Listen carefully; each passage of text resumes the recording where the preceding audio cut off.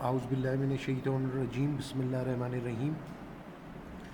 आज की ये हमारी प्रेजेंटेशन जिसमें हम सी लैंग्वेज में कंटिन्यू और ब्रेक स्टेटमेंट्स के इस्तेमाल को देखेंगे, जो कि हमारे रेड्यूस सिलेबस में सीरियल नंबर 3 के सब सीरियल 2 पर मौजूद है। ब्रेक और कंटिन्यू स्टेटमेंट्स ये हम जो है आज देखेंगे।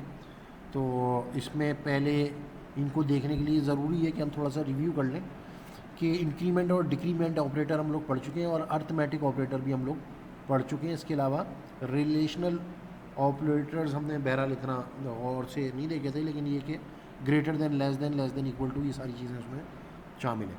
तो फ़िलहाल क्योंकि मैं जो चीज़ कराऊंगा आपको उसके लिए ये चीज़ें ज़रूरी थी, इंक्रीमेंट और डिक्रीमेंट ऑपरेटर, तो लिहाजा थोड़ा सा रिव्यू कर लेते हैं।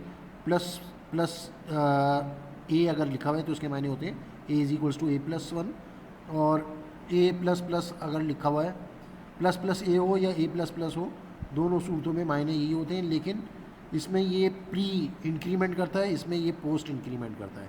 और यही चीज़ जो डिक्रीमेंट ऑपरेटर में भी है, पहले माइनस माइनस ए लिख दिया तो पहले वो ए की वैल्यू को A is equals to A minus करेगा और उसके बाद ऑपरेशन परफॉर्म करेगा।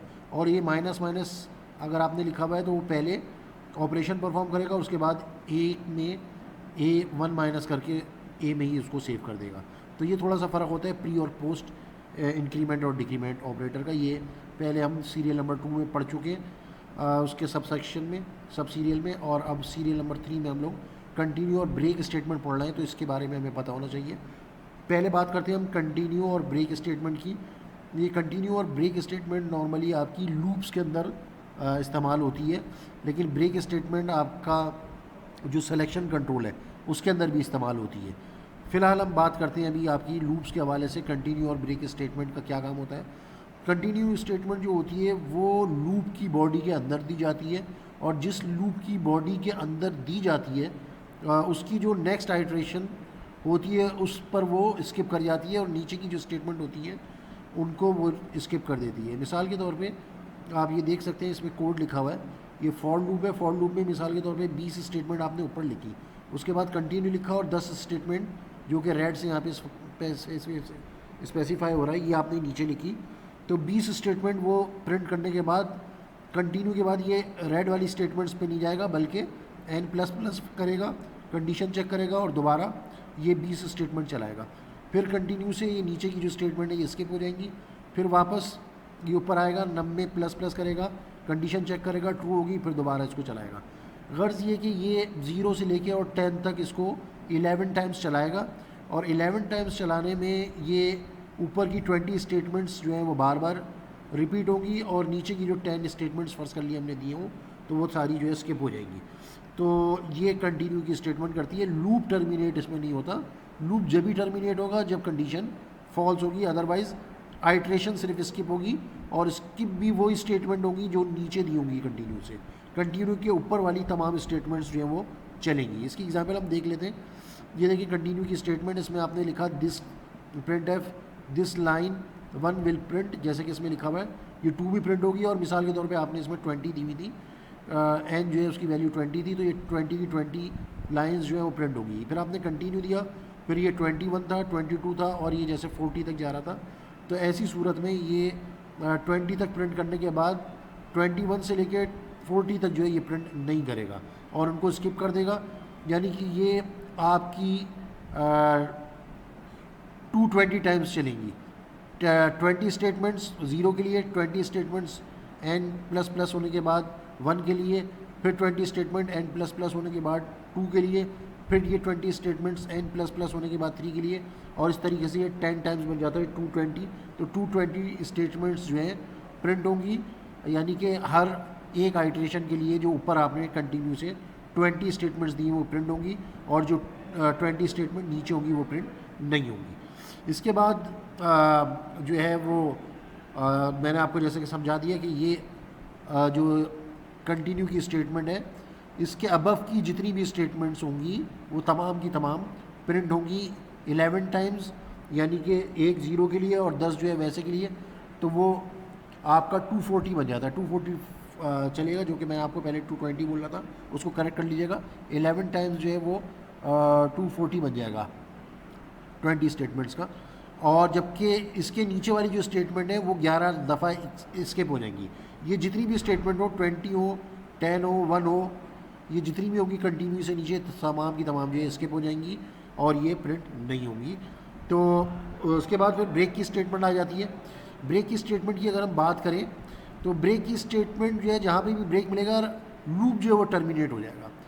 ब्रेक से ऊपर की स्टेटमेंट्स जितनी भी हैं वो तो चल जाएंगी एक दफ़ा, n इज टू 0 के लिए तो ये चल जाएंगी, लेकिन उसके बाद जब ब्रेक की स्टेटमेंट आ गई तो ना सिर्फ ये नीचे की स्टेटमेंट ब्रेक्स हो जाएंगी बल्कि ये नम की जो वैल्यूज़ हैं ये बढ़ना भी ख़त्म होगी, लूप ही टर्मिनेट हो जाएगा और इसके बाद इस कर्ली ब्रैकेट के बाद जो स्टेटमेंट होगी वो चलना शुरू हो जाएगी। तो ब्रेक जो है वो आइट्रेशन को स्किप नहीं करता बल्कि पूरे लूप को टर्मिनेट कर देता है। ये एक वाज़े फ़र्क है कंटिन्यू में और ब्रेक में। कंटिन्यू नेक्स्ट आइट्रेशन पे ले आता है नीचे की स्टेटमेंट को स्किप करके, ब्रेक स्टेटमेंट जो है वो पूरे लूप को ब्रेक कर देती है। जैसे कि आप ये एग्जांपल देख सकते हैं, ब्रेक की स्टेटमेंट में ये आपकी जो लाइनें होंगी एन तक ये प्रिंट होंगी एक दफ़ा, उसके बाद ब्रेक होने के बाद ये पूरा का पूरा लूप ब्रेक हो जाएगा और इसके अलावा फिर एक दफ़ा ये ब्रेक से ऊपर की स्टेटमेंट्स चलने के बाद दोबारा ये स्टेटमेंट्स नहीं चलेंगी। तो ये है थोड़ा सा इस हवाले से, ना वो नम 0 के लिए तो चलेंगी ऊपर की स्टेटमेंट्स, नम 1, 2, 3 और 10 तक जो है वो एग्जीक्यूट नहीं होगी क्योंकि लूप जो है वो टर्मिनेट हो चुका होगा। तो ये है थोड़ा सा ब्रेक और कंटिन्यू के हवाले से। अब इसका हम प्रोग्राम भी देख लेते हैं डेव में जो हमने बनाया है कि किस तरीके से जो है वो प्रोग्राम जो है वो उसकी इम्प्लीमेंटेशन होगी। ये देखिए ये हमने पहले से प्रोग्राम बनाया हुआ है, पहले हम कंटिन्यू को देख लेते हैं। कंटिन्यू जैसे कि मैंने बताया कि कंटिन्यू की स्टेटमेंट्स जो है वो स्किप करती है आइट्रेशन को, करंट आइट्रेशन जो होती है उसको जो है वो स्किप कर देती है और ब्रेक की स्टेटमेंट जो है वो पूरे लूप को जो है ना वो टर्मिनेट कर देती है।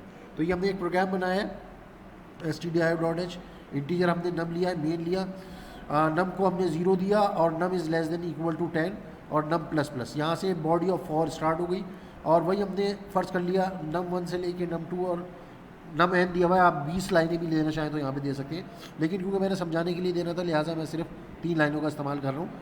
ये 3 लाइनें दी आपने और जैसे कि इसमें लिखा हुआ है कि ये 3 लाइनें जो हैं ये प्रिंट होंगी।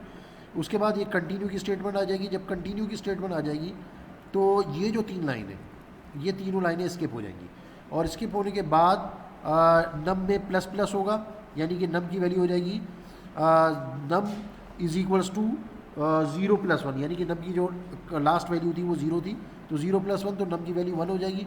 फिर नम की वैल्यू 1 के लिए भी ये 3 दफ़ा चलेगा और जैसे ही इसको कंटिन्यू स्टेटमेंट मिलेगी, ये कंटिन्यू मिलेगा तो ये नीचे की जो 3 है ये स्किप हो जाएंगी। जब ये स्किप हो जाएंगी ये यहाँ पे पहुँचेगा, यहाँ पे पहुँचने के बाद फिर यहाँ से यहाँ पे आता है कंट्रोल और नम में प्लस प्लस हो जाएगा, यानी 1 के बाद अब नम की वैल्यू हो जाएगी नम इज़ इक्वल्स टू 1 + 1 यानी कि 2 हो जाएगी और नम की वैल्यू 2 के लिए भी ये 3 स्टेटमेंट्स फिर से चलेंगी।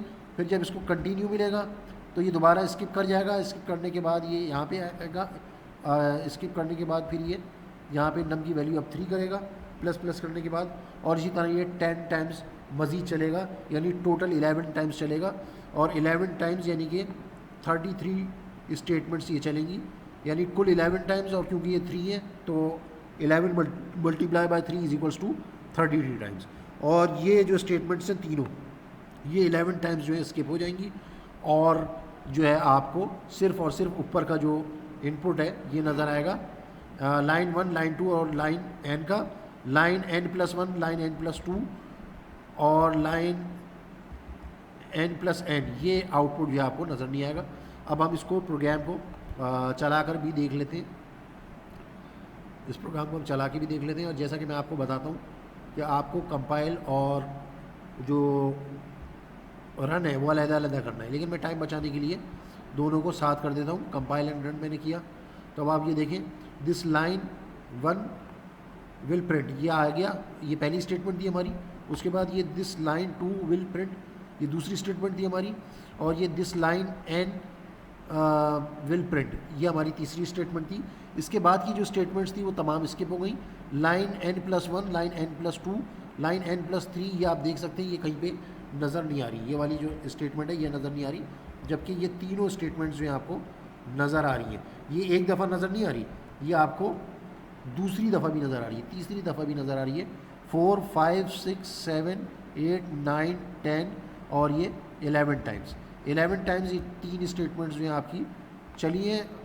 तो ये था आपका कंटिन्यू, जिसने जो है आपकी अपने से नीचे वाली तमाम स्टेटमेंट्स को स्किप कर दिया और अपने से ऊपर की तमाम स्टेटमेंट्स को जब तक चलाया जब तक के लूप के अंदर दी हुई कंडीशन जो है, जो कि n is less than equal to 10 थी, जब तक ये ट्रू थी, जब तक ये 3 स्टेटमेंट्स कंटिन्यू से ऊपर वाली चलती रहीं और कंटिन्यू से नीचे की जितनी भी स्टेटमेंट्स थी वो स्किप होती रहीं। अब हम ब्रेक में ही यही पूरा प्रोग्राम डालते हैं, लेकिन ये सिर्फ कंटिन्यू की जगह ब्रेक आ जाएगा वहाँ पर। ये देखिए हमने एक और पहले से बना के प्रोग्राम तैयार करके रखा हुआ है आपके लिए। ये प्रोग्राम अब हम चलाएंगे और ये पूरा का पूरा वही प्रोग्राम है, लेकिन सिर्फ इसमें चेंज क्या है, ये ब्रेक स्टेटमेंट का, कि ये ब्रेक स्टेटमेंट हमने कंटिन्यू की जगह लगा दी है। तो जब हमने ये स्टेटमेंट लगाई तो अब आप इसका फ़र्क देखिएगा कि क्या होता है। इसमें भी वही line 1, line 2, line 3, line n दी हुई है और ब्रेक के बाद जो है ये 3 लाइनें दी हुई हैं, जो कि जैसे कि हमने कंटिन्यू में दी थी। लेकिन अब आप इसका इम्पैक्ट देखेंगे क्या होता है, जिसको हम कंपाइल एंड रन करेंगे। जब हमने इसको कंपाइल एंड रन किया तो आप ये देखिए सिर्फ ये एक ही दफ़ा चली है, लाइन 1 भी एक दफ़ा प्रिंट हुई है, लाइन 2 भी एक दफ़ा प्रिंट हुई है और ये लाइन n भी एक ही दफ़ा प्रिंट हुई है। इसको 11 दफ़ा ये प्रिंट नहीं कर रहा, इसको 11 दफ़ा प्रिंट नहीं कर रहा। तो जिससे ज़ाहिर है कि ये आपकी जो स्टेटमेंट है, ना सिर्फ इसने इनको स्किप कर दिया बल्कि नेक्स्ट आइट्रेशन जो कि n प्लस होने के बाद, n++ होने के बाद होनी थी, यानी कि ये 3 स्टेटमेंट इसको चलानी थी, वो भी इसने नहीं चलाई, जिससे ज़ाहिर होता है कि आपका लूप जो है टर्मिनेट हो जाएगा और टर्मिनेट होने के बाद वो यहाँ पर जो है कंट्रोल ट्रांसफ़र हो जाएगा आपका। तो इससे हमने अब प्रोग्राम चलाकर ये चीज़ देख ली। तो अब आई होप कि आपकी समझ में आ गया होगा कि कंटिन्यू स्टेटमेंट और ब्रेक स्टेटमेंट में क्या फ़र्क है। एक दफ़ा फिर आपको रिपीट कर देता हूँ कि कंटिन्यू स्टेटमेंट जो है, कंटिन्यू स्टेटमेंट क्या करती है, आपकी सिर्फ आइट्रेशन को, एक आइट्रेशन को स्किप करती है। कंटिन्यू स्टेटमेंट एक आइट्रेशन को स्किप करती है, जबकि ब्रेक स्टेटमेंट जो है वो तमाम लूप को जो है वो टर्मिनेट कर देती है। तो यहाँ पर जो है वो हमारे प्रोग्राम का जो है वो एंड हो जाता है। आई होप कि आपको ये जो है वो समझ में आया होगा और यहाँ पे मैं इख्तिताम करता हूँ। अस्सलाम वालेकुम वरहमतुल्लाहि व बरकातुहू और ये प्रोग्राम का हम यहाँ पे एंड कर देंगे।